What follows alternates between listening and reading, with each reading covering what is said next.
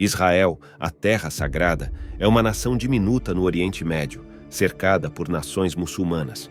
Ao norte, encontra-se o Líbano, ao nordeste, a Síria, a leste, a Jordânia e ao sudoeste, o Egito. Desde que declarou sua independência em 14 de maio de 1948, Israel se envolveu em conflitos armados com seus vizinhos em 16 ocasiões. Além disso, quase todos os dias, essa nação de aproximadamente 9,6 milhões de habitantes enfrenta inúmeras tentativas de ataques terroristas. Graças à vigilância da polícia israelense, a maioria desses ataques é detectada e impedida. No entanto, Israel convive com a complexidade de ter vizinhos que desejam vê-la desaparecer nas profundezas do mar Mediterrâneo. Em meio a esse conflito de longa data, judeus e muçulmanos reivindicam a mesma terra como sua. Este conflito tem raízes profundas na religião.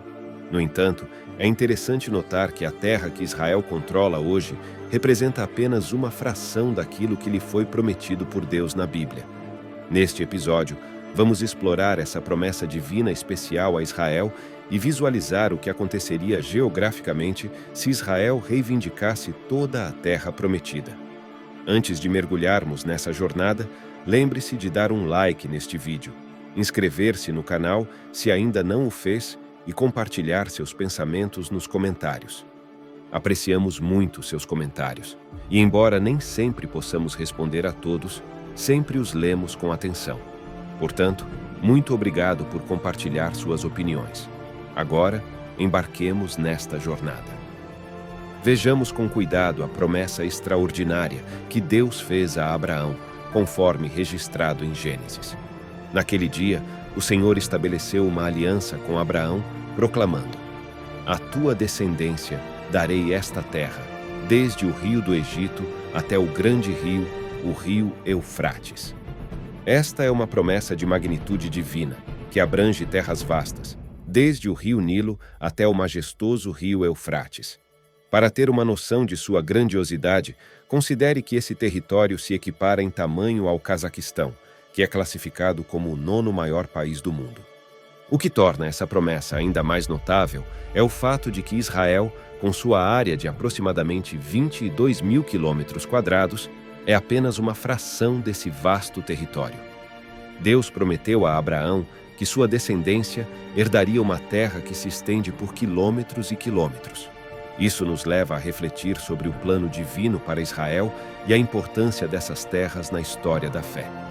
Continuaremos a explorar o significado dessa promessa e como ela moldou a trajetória do povo de Deus ao longo dos séculos. No início da jornada de Israel, 2 rios desempenham um papel vital: o rio Eufrates e o rio Nilo. Esses rios são fundamentais para compreender a trajetória do povo escolhido. É nas margens do rio Eufrates, na antiga cidade de Ur, localizada na Ásia, que a história de Israel tem início. Neste local, a família de Abraão recebeu o chamado divino para iniciar uma jornada em direção à terra prometida. O capítulo 12 do livro de Gênesis, que é o primeiro livro de Moisés, narra a partida de Abraão e sua família de Ur, quando eles se mudaram para Harã antes de seguir rumo à terra prometida. Para colocar em perspectiva, isso aconteceu cerca de 3.000 anos antes do nascimento de Cristo. Assim, o rio Eufrates é o cenário inicial desta épica jornada, que moldaria a história de Israel, revelando o plano divino e a promessa da terra prometida. Fique conosco enquanto exploramos mais profundamente essa rica narrativa bíblica. A Terra Prometida, como descrita nas Escrituras Sagradas, é de fato o local que hoje conhecemos como o Estado de Israel. É um lugar repleto de significado e história, assim como a grande árvore de Moré em Siquém, que Abraão e sua família encontraram em sua jornada. É interessante pensar sobre a natureza dessa árvore, que se destacava o suficiente para servir como ponto de referência. Poderia ser uma árvore majestosa, talvez uma oliveira ou um imponente carvalho. O que sabemos é que essa árvore tinha um significado especial na época de Abraão, e as pessoas reconheciam sua importância. Além disso, é relevante notar que naquela época a terra de Canaã já estava habitada pelos cananeus. Isso destaca que a terra prometida não estava vazia, e as promessas de Deus a Abraão se tornam ainda mais impressionantes nesse contexto. Quando consideramos que em 1948 a terra de Israel também estava habitada por árabes que lá viviam há séculos, vemos paralelos históricos notáveis. A presença anterior de povos na terra prometida e as promessas divinas a Abraão desafiam a visão de uma terra vazia, ressaltando a complexidade da história e das crenças que envolvem essa região. Os relatos bíblicos, como o de Gênesis 14, nos lembram das promessas feitas por Deus e das dinâmicas históricas que moldaram a terra prometida ao longo dos séculos. Essa é uma parte fascinante da história bíblica que merece ser explorada e compreendida em profundidade.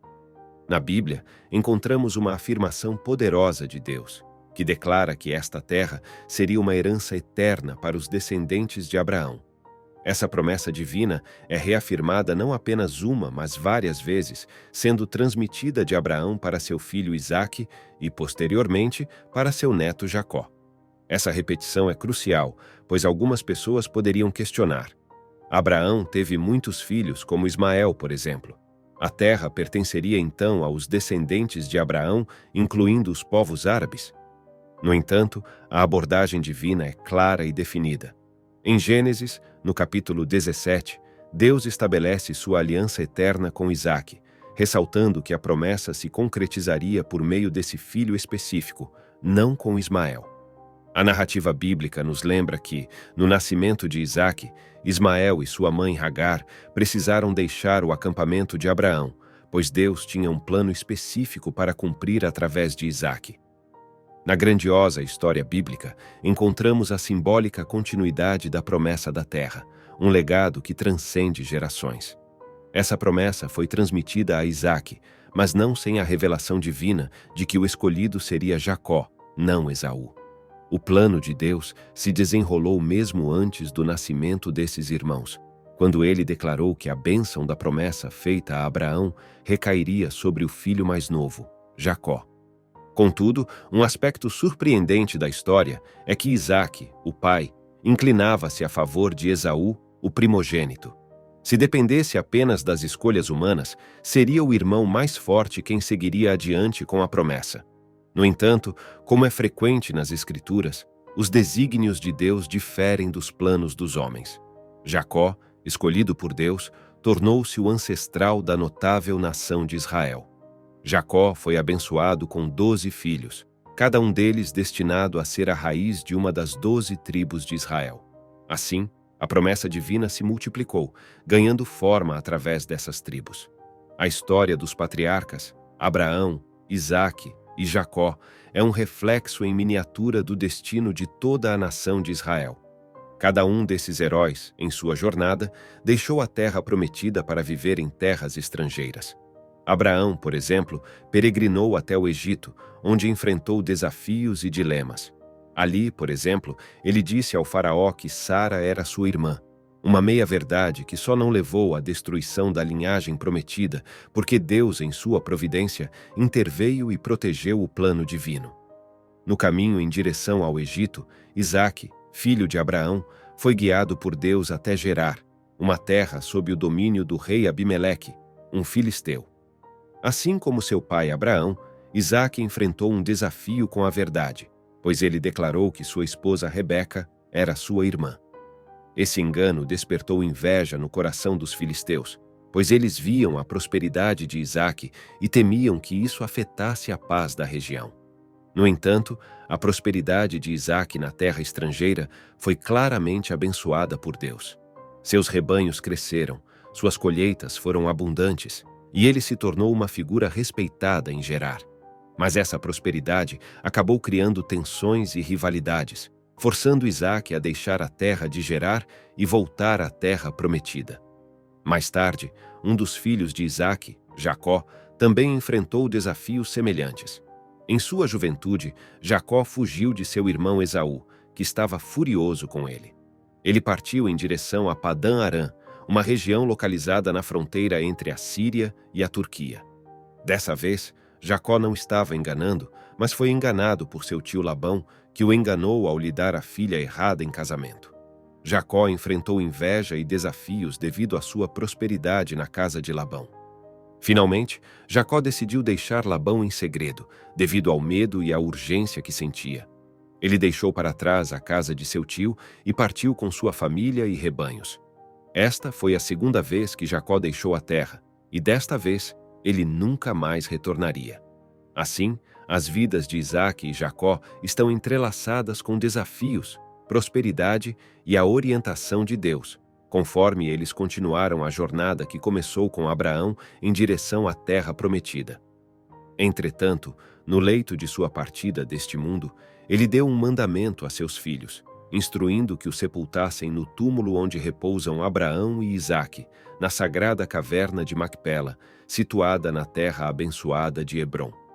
Assim, o ciclo de vida dos três patriarcas chegou ao seu término, conforme a vontade divina. E assim será para toda a nação de Israel, pois o desígnio de Deus é eterno. É importante destacar que os dois grandes rios, o Nilo e o Eufrates, desempenham papéis significativos na história do povo de Israel. O Nilo, o mais imponente rio do Egito, desempenhou um papel crucial na ascensão da poderosa nação asiática. Curiosamente, o Egito foi um lugar de exílio tanto para Abraão quanto para Jacó e seus descendentes. Mais adiante, toda a nação de Israel encontraria refúgio nessa terra estrangeira. Contudo, não podemos perder de vista que a presença de Israel no Egito não foi fruto do acaso, mas sim da vontade divina. Desde o primeiro dia em que Deus fez a promessa a Abraão, ele já anunciava que a nação que surgiria daquele pacto passaria um tempo no Egito, como parte do plano divino. Assim, os anos de exílio no Egito eram uma parte fundamental da jornada de Israel, revelando o cumprimento das promessas feitas por Deus. As margens dos grandes rios, o Nilo e o Eufrates, desempenham papéis cruciais na história da humanidade, moldando nações poderosas como a Babilônia e a Pérsia. No entanto, é no coração dessa terra que a história de Israel começa, onde Abraão recebeu o chamado divino e onde o povo judeu experimentou 700 anos de exílio. É aqui, nas margens desses rios, que encontramos a promessa original de Deus a Abraão. Ao voltarmos nosso olhar para essa promessa, vemos sua dimensão expansiva.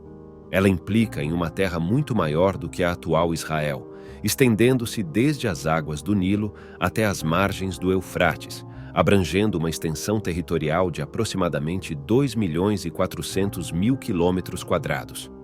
Algumas vozes argumentam que essa promessa se realizou nos tempos do rei Salomão. No entanto, as conquistas territoriais de Salomão não o levaram tão longe quanto o Nilo, e seu reino, apesar de sua grandeza, foi efêmero e logo se dividiu e diminuiu.